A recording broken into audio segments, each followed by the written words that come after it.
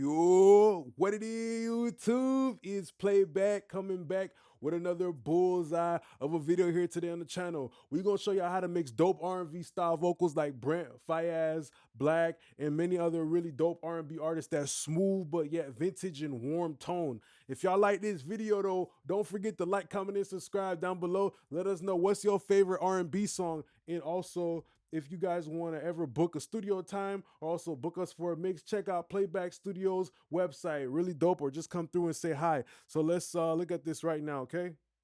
If I play my cards right, you'll be in my shoes. Girl, let's see where this road takes us. No excuse. Got me caught up in your ways, girl. Caught up in your taste, girl. Caught up in the way you move your body, the way you touch my body. The thrill, girl. Caught up in the chase, so I love the way you got me. We're going to be breaking over the vocal chain and how we did it, okay? So the very first plugin that I use is the LA2A.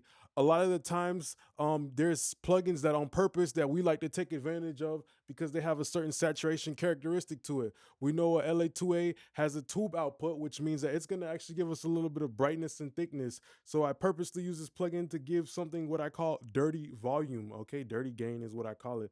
So, you know, we'll probably start from the beginning. This is the first plugin. Up in a chase, so I love the way you got me.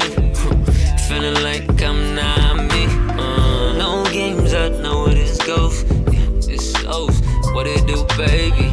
Don't act like you don't So want. the automatic release time of the LA2A will kind of level out the vocal and keep things, you know, very even. Another thing I like to take advantage of for R&B vocals is using slopes over filters. Like I depend more on slopes, not slopes, but shelves, okay?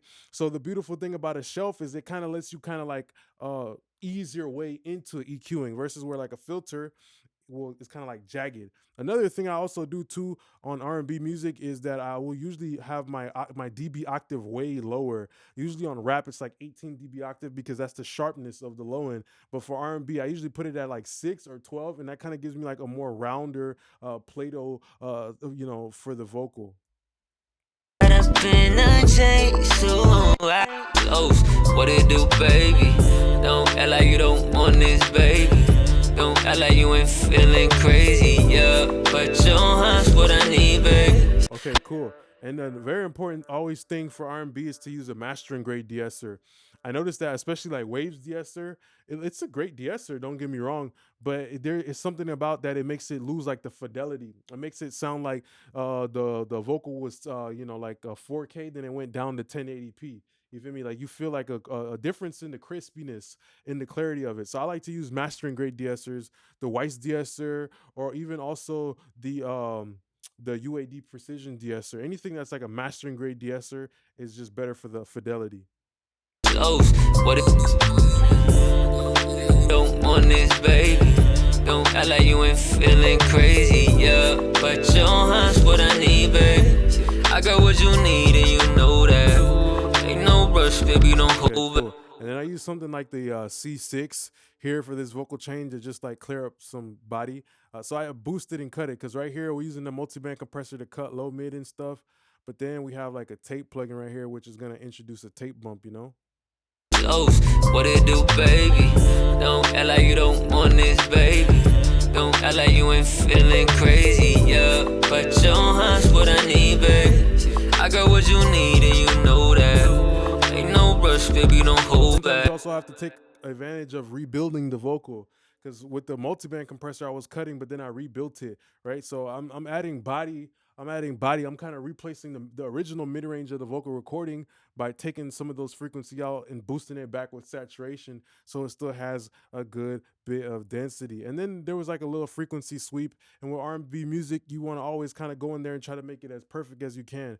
I imagine it to be like you're kind of photoshopping a picture of a model. Maybe she's having a bad day. She got a little piece of acne on her face.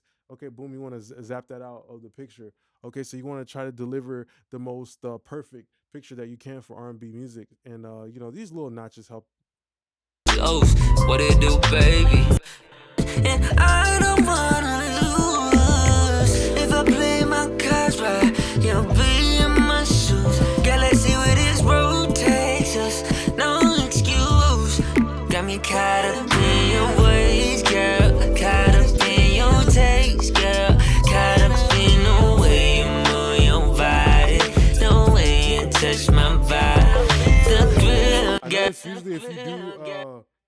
too much.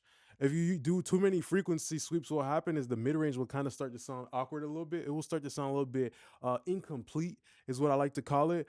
Just because the mid range is like usually like most of the vocal character, it's like sucking the personality out of the vocal. So my notches are usually a little bit more passive, in the terms of how much I am cutting. And you always want to make sure you go on Fab Filter and play around with this grid and everything because you want to see the actual nominal level. So I'm only cutting like 2, 3, and that's active EQ. So only when there's a buildup of those things where I start to work. This is another great plugin too for vocals, but I don't have it right now. So yeah, Soothe. Any type of plugin like Soothe, Silk Vocal, those are going to be great. Resonance suppression type of plugins are great for R&B vocals because you want it to be to where it's like the vocals more emotionally attractive. And sometimes bad frequencies, even though they can't necessarily be heard, they kind of take away from the approachability of the vocal. Because if your vocal's too harsh, it kind of because it's scratching somebody's ears, it kind of makes them not want to turn it up. But when you've got it suppressed with the resonances and all those bad frequencies that will start to build up because you're doing like boosting EQ and stuff like that. If you can just control those, it will just kind of keep a leash on the dog, which makes people want to pet him. You feel me? Because there's a leash on the dog, which is the higher end frequencies. And I don't wanna lose. If I play my cards right, you'll be in my shoes. Girl, let's see where this road takes us. No excuse. Got me caught up in your ways, girl. Caught up in your taste, girl. Caught up in the way you move your body, the way you touch my body. The thrill, girl. Caught up in the chest. So that's very important. And the last thing that I definitely did use is like the parallel compression. And something that you always want to do is pick a flavor, because of course a lot of these plugins are kind of like vanilla. It's like we've been spending the whole time cleaning up, but I always try to use a saturator. Something that can bring color and also harmonic density. Right, harmonic density is very important. That's the difference between a lot of the mixes from today and back in the days. Like they had like all this analog gear, so every time it went through, it just kept getting more of that saturation and shit. That's why some digital mixes can feel flat, but it's a very easy fix though. Just by picking the right things with the appropriate tone, picking the right time to use ketchup, the right time to use mustard, the right time to use mayonnaise. You feel me? That's very fucking important in terms of like you being a chef, which is an engineer. They gotta let you cook. Okay, and I use the UAD 175B. It is a Verimute compressor, the bigger brother of the 1176. But it's more tube focused, and I like how it sounds. It has like a distorted color to it. And I don't wanna lose. Real girl, caught up in the chase. So I love the way you got me. Feeling like I'm not me. No games, I know where this goes. Yeah, it's shows what it do, baby. Don't act like you don't want this, baby. Don't act like you ain't feeling crazy, yeah. But your heart's what I need, baby. I got what you need and you know that. Just a little bit of that parallel compression blunting underneath gives the vocal a tremendous amount of presence, right? Because that tube saturation, I'm hitting the input pretty hard. It's bringing in that distortion, and we're parallel blending it in. And that's the thing. A lot of people like Brent Faiyaz and Bryson Tiller and stuff like that. They have that clarity, they have that cleanness, but there's still a little bit of dirtiness. There's still some flavor. There's still some sauce there.